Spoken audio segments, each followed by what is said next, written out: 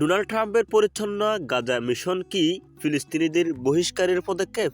মাতৃভূমি ছেড়ে চলে গেলে তারা কি ফিরতে পারবে আর নাকি এটি ফিলিস্তিনিদের থামানোর একটি পদক্ষেপ? এই ভিডিওটিতে আপনাদেরকে সম্পূর্ণ বিষয়ে জানাবো। ভিডিওটি আপনাকে শেষ অবধি দেখবেন বলে আশা করছি। প্রেসিডেন্ট ডোনাল্ড ট্রাম্প ইঙ্গিত দিয়েছেন যে তিনি গাজা পরিষ্কার করতে আগ্রহী। অপরত্ব তিনি জর্ডানের রাজা দ্বিতীয় আবদুল্লাহর সাথে কথা বলেছেন। দেশটিতে গাজায় 1 মিলিয়নেরও বেশি ফিলিস্তিনিকে আশ্রয় দেওয়ার জন্য অনুরোধ করা হয়েছে। শনিবার মার্কিন প্রেসিডেন্টের ব্যক্তিগত বিমান এয়ারফোর্স ওয়ানের সাংবাদিকদের একথা জানান। মার্কিন সংবাদ মাধ্যম CNN এর প্রতিবেদনে থেকে এই তথ্য জানা গেছে। মার্কিন প্রেসিডেন্ট ডোনাল্ড ট্রাম্প বলেছেন গাজা নিয়ে আর বড় পরিকল্পনা রয়েছে।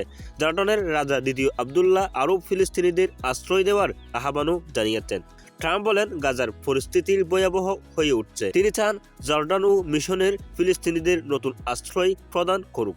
রোববার মিশরের প্রেসিডেন্ট আবদুল ফাত্তাহ আল সিসির সঙ্গে তিনি বিষয়টি আলোচনা করেন। মাতৃভূমি ছেড়ে চলে গেলে তারা আর ফিরতে পারবে না। এটি ফিলিস্তিনিদের থামানোর একটি পদক্ষেপ। ট্রাম্পের কথাই হচ্ছে বাইরে পানি ভিতরে আগুন। এই কথাগুলো এই উল্লেখ করে। ভিডিওটি দেখে কেমন লাগলো অবশ্যই আমাদের কমেন্ট বক্সে জানাবেন এবং আপনি যদি আমাদের চ্যানেলের প্রথম হয়ে থাকেন অবশ্যই আমাদের চ্যানেলটি সাবস্ক্রাইব করবেন, ফেসবুক পেজটি অবশ্যই ফলো করবেন। আসসালামু আলাইকুম ওয়া রাহমাতুল্লাহ।